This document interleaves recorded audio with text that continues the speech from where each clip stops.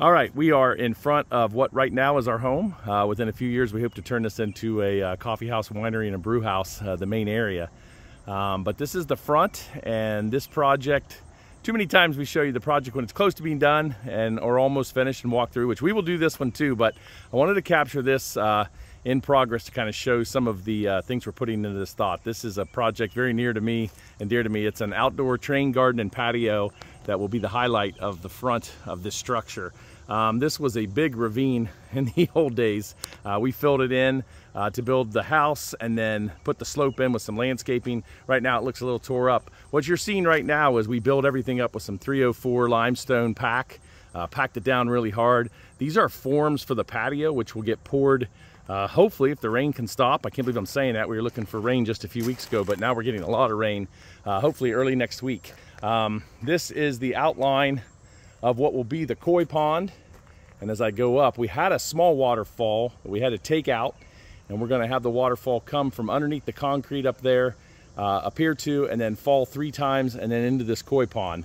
And then around the outside edge, which will be built as soon as the patio is poured, all around this patio space, which will be great for tables and everything else, we will install a train bed and an outdoor garden train that will go all around with landscaping. I have a little roadway and walkway behind there, just kind of giving you a 360 view here of what we're doing. And then we'll build a walkway right into what will someday be a parking lot, but it's our driveway right now.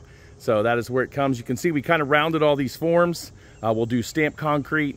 We'll have it down so that we can have about 7 to 8 patio tables here. And then the waterfall, the train as it comes around, will have 2 courses. One will be underneath the water fountain in a train, or in a, a tunnel. And then the other one will be a trestle bridge over the top. I think it'll really make quite a statement here when we're finished. A lot of hand digging, a lot of hard work. We use some machinery too, but when you get into the fine details, we'll be using 2 liners. And we do the heavy duty 60+ mil liners for the pond that can last pretty much forever. We took up all the landscaping stone and we'll rock it. So this is what it looks like now. I'm going to take you up top and let you show the top view, and then hopefully we can come back to you in about a month and show you the finished project. All right, we're up top now. These are the fire bowls. This is the original stamped concrete. We'll do the same thing to match down there. And these will be the front entrance doors of what I said hopefully will be our business here at the farm. We have a lot of visitors now with Harvest Host and also our Airbnbs, but to have a small weekend little restaurant and winery and coffee house has been our dream. So this is where the waterfall will come out of. We use about a 4-foot water. We'll pump the water up from the bottom koi pond. It'll come out this flat. You will not see that. There'll be rocks over it. I think it'll just make for a nice sitting area.